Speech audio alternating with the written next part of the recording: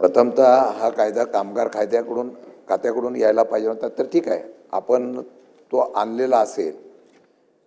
औद्योगिकरण चांगल्या प्रकारे झालं पाहिजे याच्यामध्ये दुमत नाही. पूर्वीचे कायदे चांगले होते का? होते. पूर्वीच्या कायद्यामध्ये अंमलबजावणी करण्याची जी तरतूद होती ती कमी पडते म्हणून तुम्ही वाढवताय. आमचं म्हणणं आहे पूर्वीच्या असलेल्या कायद्यामध्ये तरतूद असताना सुद्धा कारवाई झाली नाही, याच्यावर आमचं बोट आहे. आता तुम्ही कायदा आणल्यानंतर त्या कायद्याची रीतसर अंमलबजावणी कडकपणाने होणार आहे का? एक उदाहरण देतो की कायद्याच्या असलेल्या चौकटीचा गैरवापर सुद्धा होतो. उदाहरण तुम्हाला औद्योगिक न्यायालयाचं तुम्ही सांगलं, कामगार कायद्याच्या मालकाच्या हातचा मालक कोण आणि त्या मालकाचे अधिकार किती. आता बिल आले तर बोलायला लागेल ना. मालक कोण आणि मालकाचे अधिकार किती हा पण व्याख्या आहे. आपण सांगितलं एखादा अधिकारी जो कामगार खात्याचा शासकीय अधिकारी असेल, तो समजा एखाद्या वेळा चौकशीला गेला की व्हिजिट द्यायला गेला, तर त्याला तो अधिकार प्राप्त करून देण्याचा आपण अधिकार दिला. Am I right? आता तो अधिकार दिल्यानंतर त्या अधिकाराच्या रूपाने जर एखाद्या कंपनीने किंवा एखाद्या मॅनेजमेंटने किंवा एखाद्या संस्थेने त्याला तो अधिकारापासून वंचित केलं, तर त्याप्रमाणे तुम्ही पुढील कारवाई करू शकता, अशा प्रकारचा उल्लेख केला. सभापती महोदय, पूर्वीच्या कायद्यामध्ये थोडं तुम्ही दंड आणि कारवाईची शिक्षा वाढवली असा विषय आला. प्रत्यक्षात ज्यावेळेला तो अधिकारी जातो त्यावेळेला त्याचा उपयोग हा असलेल्या कायद्याच्या रूपाने योग्य पद्धतीने करतो का, याच्यावर कोण नियंत्रण ठेवणार? समजा मला हा अधिकार प्राप्त झाल्यानंतर मी जातो, व्हिजिट करतो, व्हिजिट केल्यानंतर सहकार्य केलं तरी तो त्याचा गैरवापर सुद्धा करतो, हे पण आपल्याला दिसून आलेला आहे. तो जाताना व्हिजिट केल्यानंतर तिथे जातो आणि सांगतो या कायद्याच्या चौकटीत, आता बॉयलर इन्स्पेक्टर आला, एखादं उदाहरण देतो, आता एवढे अपघात होतात, अचानक बॉयलरचा स्फोट होतो, अचानक अग्नितांडव होतो आणि माणसं मरतात. मग आपण काय करतो? दोषी असलेल्या लोकांना कारवाई करतो. पण नियम काय म्हणतो आपला की दर 6 महिन्यांनी किंवा 1 वर्षांनी तिथं त्यांनी व्हिजिट करून त्याच्याकडे रिपोर्ट दिला पाहिजे. मग संबंधित अधिकारी दोषी आहे का ह्याच्यावर आपण बोट ठेवत नाही. तो गेल्यानंतर काय करतो? कायद्याच्या या त्रुटी तुमच्या आहेत, या त्रुटीप्रमाणे तुम्ही चौकशीला सामोरे जाऊ शकता का, नोटीस मारतो. परत त्याची नोटिसानंतर काय होतं हे फक्त गुलदस्त्यातच राहतं. अधिकाराचा मिसयूज होतो, अधिकाराचा गैरवापर होतो, हे जवळजवळ 80% असलेल्या प्रकरणामधून सिद्ध झालं. तुम्ही त्यांना अधिकार दिल्यानंतर त्या अधिकाराचा वापर करताना तो निपक्षपणाने त्यासाठी करेल का, याच्यावर तुमच्या कायद्यामध्ये कुठल्या प्रकारचं नियंत्रण नाही. आता हे तुम्हाला सांगताना उदाहरण देतो. आज मागच्या वेळेला, आता माथाडी बोर्डाचं एक उदाहरण देतो. माथाडी बोर्डामध्ये मागच्या वेळेला इथं SIT नेमायच्या बाबतीमध्ये निर्णय झाला. शेलार साहेब, तुम्हाला पण माहिती आहे. आता तिथल्या अधिकारी, पूर्वी त्याच्यावर संचालक मंडळ असायचं, सदस्य असायचे, ते बॉडीवर असायचे, व्यापारी प्रतिनिधी, मालक प्रतिनिधी, कामगार प्रतिनिधी आणि बोर्डाचे अधिकारी, गव्हर्नमेंटचे प्रतिनिधी, ते नियंत्रण ठेवायचे. प्रशासन आलं.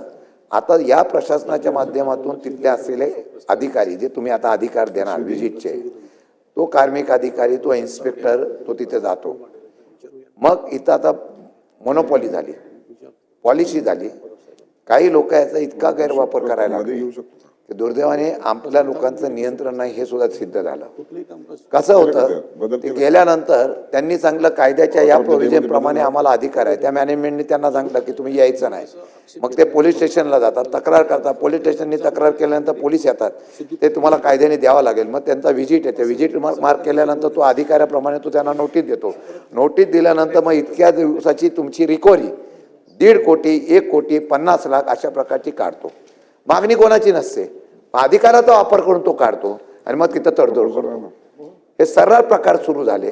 अधिकाराचा गैरवापर कसा होतो याचं चित्र करताना मग काही ठिकाणी टोळ्यांचा किंवा कामगार संघटनेचा वाद असतो.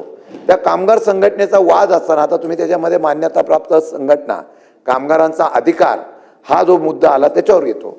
कामगार संघटनेचा वाद असल्यानंतर नियमानुसार जे जास्त कामगार असतील त्याला अधिकार दिला पाहिजे, मालक त्याला तरतूद करत नाही. मग अधिकारी तिथे काही लोकांना हाताशी धरतात, हल्ली तो सर्रास झालेला आहे. मग हे व्हिजिट करायच्या आणि मग त्यांची नोंदणी जबरदस्ती करायच्या बाबतीमधला निर्णय व्हायला लागला. शेलार साहेब त्याचे भयानकता एवढी वाढायला लागली की त्या चळवळीला तुम्ही अधिकारात दिलेला आहे त्याच्यात मी फक्त बोलतो, तुम्ही नंतर खुलासा नका करू. फक्त मी तुमच्या अधिकारातून फक्त तुम्ही प्रोव्हिजन केलेलं आहे दंडात्मक आहे आमचं. तुमच्या या बिलाच्या माध्यमातून हे मत आम्ही तर राज्य सरकारकडे मागतोय ना. आता हे करत असताना शेलार साहेब त्याचा गैरवापर एवढा झाला की यामध्ये कोर्टामध्ये जायचा वेगळाच भाग राहिला. परंतु मग ठराविक लोकांना घेऊन एक रॅकेट तयार झालं आणि हे रॅकेट तयार करून या असलेल्या सगळ्या कामगार अधिकाराचा, लेबर लॉचा, दिवाणी न्यायालयाचा उपयोग करून तशा प्रकारचा गैरवापर करण्याचा प्रयत्न सुरू झाला. यामध्ये आपण औद्योगिक परिस्थिती सुधारणा करण्याच्या बाबतीमधला आमचं नाही आहे. आता आम्ही संप केला का नाही, कामगार संघटनेला किंवा कामगारांना अधिकार असतो. एखाद्या वेळेला चुकीच्या पद्धतीने काही झालं तर तो संप बेकायदेशीर ठरवणार कोण, याच्या संदर्भामध्ये सुद्धा आपण त्या ठिकाणी निर्णय घेणं गरजेचं आहे. आपण सांगितलंय औद्योगिक परिस्थिती अशा संस्थेचा अधिकार व सदस्य आहे म्हणून त्याबरोबर एखादा नोंदणी कराराचा किंवा मिटवणुकीचा सदर निवाड्याचा लाभ होण्यास हक्क असेल म्हणून बेकायदेशीर म्हणून घोषित करण्यात आलेली नाही अशा संस्थेचा जो अधिकार सदस्य आहे म्हणून तो कामगार प्रतिनिधी आहे म्हणून किंवा याप्रमाणे कामगार न्यायालयाकडून औद्योगिक न्यायालयाकडे जो संप बेकायदेशीर ठरवलेला आला नाही अशा संपावर तो गेला आहे किंवा त्यात सामील झाला आहे, त्यात चितवणी दिली आहे म्हणून अशा प्रकारच्या याच्यामध्ये तरतूद शिक्षेची करायची. हे ठरवणार कोण, हा बेकायदेशीर आहे, कायदेशीर आहे किंवा काय. ह्या बेकायदेशीर ठरवण्याच्या संदर्भामध्ये तो ठरवण्याच्या बाबतीमध्ये अधिकार कोण याचा खुलासा होणं गरजेचं आहे. ज्या वादाविषयावरून कामगाराने संप केला आहे तो वादविषयक अधिनियम लवादाकडे निर्देशित करण्यात मालकाने तयारीशुद्धक असेल आणि तो कामगाराने लवाद नाकारला असेल आणि तो संप संपल्यामुळे राज्य शासनाने घोषित केल्याने 1 महिन्याच्या आत कामगाराला कामावर रुजू घेण्यात तयारी दर्शन नसेल, अशा प्रकारचे वेगवेगळ्या प्रकारच्या तरतुदी आपल्या या ठिकाणी आहेत. त्यामध्ये आपण सांगितलंय जास्तीत जास्त 100 संरक्षित कामगार या संख्येच्या अधीन ते औद्योगिक कामगार लावलेल्या एकूण कामगारांच्या शेकडा 1% असेल. या म्हणून संरक्षित कामगार म्हणून ज्या रीतीने मान्यता दिली जाईल त्या रीतीने तरतूद करण्याचा नियम करता येईल. सभापती महोदय, या संदर्भामध्ये जे काही तुम्ही कायदा केलेला आहे, माझी विनंती एवढीच आहे, तुम्ही नाही नियमामध्ये फक्त तरतुदी केलेल्या आहेत. तुमचा हा विषय मी मान्य केलेला आहे. फक्त ह्या तरतुदी करत असताना मालक, कामगार आणि ह्या सर्व गोष्टीमध्ये या अधिकारातून माझी विनंती आपल्याला, बिल तुम्ही आणलं आहे पण कामगार खात्याची आणि उद्योग खात्याशी निगडीत आहे. माझी विनंती आता तुम्हीच पुढाकार घ्या. याचा गैरवापर होऊ नये, कामगारांचा आबाधित राहावा. मान्यताप्राप्त संघटना ही फार मोठी एक काय बोलतात अधिकाराची बाब आहे. जर 80% वरती कामगार एखाद्या संघटनेकडे असताना सुद्धा त्याला मान्यता प्राप्त दिली जात नाही. मालक, काही लोकांना आता नवीन कायद्याप्रमाणे तर तुम्ही आता मालक ठरवेल त्याला कामगार संघटनेचा प्रतिनिधी करायचं. या संदर्भामध्ये विषय आहे, बराच विषय आहे. माझी विनंती एवढीच आहे, बराच वेळ बोलता येईल परंतु माझी विनंती आहे की आपण पुढाकार घ्यावा. कामगार खातं आणि औद्योगिक खात्याची एक बैठक घ्यावी. यामध्ये तरतुदी केलेल्या आहेत पण त्याचं इम्प्लिमेंटेशन चुकीचं होत असेल तर अंमलबजावणी चुकीच्या होत असतील तर त्याच्या संदर्भातून काही सुधारित प्रस्ताव म्हणजे याच्यामध्ये सुधारित नियमावली तयार करता येईल याच्या संदर्भामध्ये आपण पुढाकार घ्यावा. तर या बिलाला मंजुरी आम्ही द्यायला तयार होऊ. जर तशा प्रकारची ग्वाही दिली, कारण मगाशी सुद्धा बाजार समितीचं पणनचं बिल आलं, मुख्यमंत्र्यांनी सांगितलं आणि आपण सांगितल्यानंतर आम्ही त्याला सहकार्याची भूमिका घेतलेली आहे. आमचं म्हणणं आहे की यामध्ये सुद्धा कुठल्याही प्रकारचा अन्याय होऊ नये. अंमलबजावणी करण्यासाठी तरतुदी, कायदा, त्यानंतर कठोर शिक्षा याला आमची मान्यता आहे. पण त्यामध्ये एखादा गरीब कामगार म्हणजे तुम्ही बेकायदेशीर संप ठरवला की त्याला सुद्धा शिक्षेची आणि याची तरतूद केलेली आहे. ह्याचा गैरवापर होऊ नये याच्या संदर्भात आपण पुढाकार घ्यावा. एक बैठक लावून सुधारित नियमावली तयार करण्याच्या संदर्भात दोन्ही खात्याला घेऊन बैठक लावावी ही सूचना करतो आणि आपण त्याच्या उत्तराची मी निश्चितपणाने अपेक्षा व्यक्त करतो.